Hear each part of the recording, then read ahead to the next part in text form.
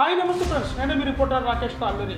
విశాఖలోని ఈస్ట్ నియోజకవర్గం కాంగ్రెస్ పార్టీ కూడా ఈస్ట్ నియోజకవర్గం నుంచి వాళ్ళకి అభ్యర్థి పేరు కూడా ప్రకటించడం జరిగింది. గుత్తుల శ్రీనివాస్ పేరు మీద కూడా తెర మీదకి రావడం జరిగింది. అయితే మనతో పాటు శ్రీనివాస్ గారు ఉన్నారు. ఒకసారి ఆయనతో మాట్లాడే ప్రయత్నం చేద్దాం. ప్రస్తుతం ఈస్ట్ నియోజకవర్గంలోని వీరి ఇద్దరితో మీరు ఎట్లా తలబడతారు? తూర్పు నియోజకవర్గం అనేది చాలా కీలకమైందండి. ఇక్కడ చూసుకుంటే చాలా బలమైన వ్యక్తి ఎవరు అంటే వెలగపూడి రామకృష్ణరావు. ఎందుకు అంటే ఆయన 3 సార్లు ఈ యొక్క నియోజకవర్గం ఎమ్మెల్యే చేశారు. అయితే ఈసారి ఇప్పుడు ఆయనతో కలబడడం అనేది అంత సులువు కాదని చెప్పి బయట ప్రజలైతే అనుకుంటున్నారు. మీరేమంటారు? ప్రజలకి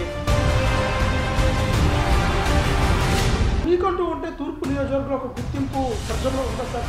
గుత్తుల శ్రీనివాస్ గారు అంటే తూర్పు ప్రజలు ఆదరిస్తారా? నాకున్నటువంటి అసోసియేషన్ ఏంటంటే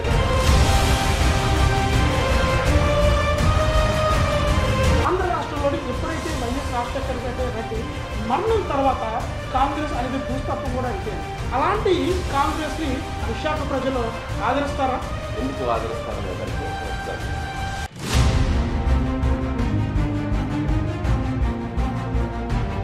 ఒకవేళ గుత్తుల శ్రీనివాస్ గారు విశాఖపట్నం తూర్పు నియోజకవర్గాన్ని నుంచి గెలిస్తే మీరు తూర్పు నియోజక ప్రజలకు మీరు ఏం చేయబోతారు? మొట్టమొదటిసారిగా మనకు ఉన్నటువంటి సమస్య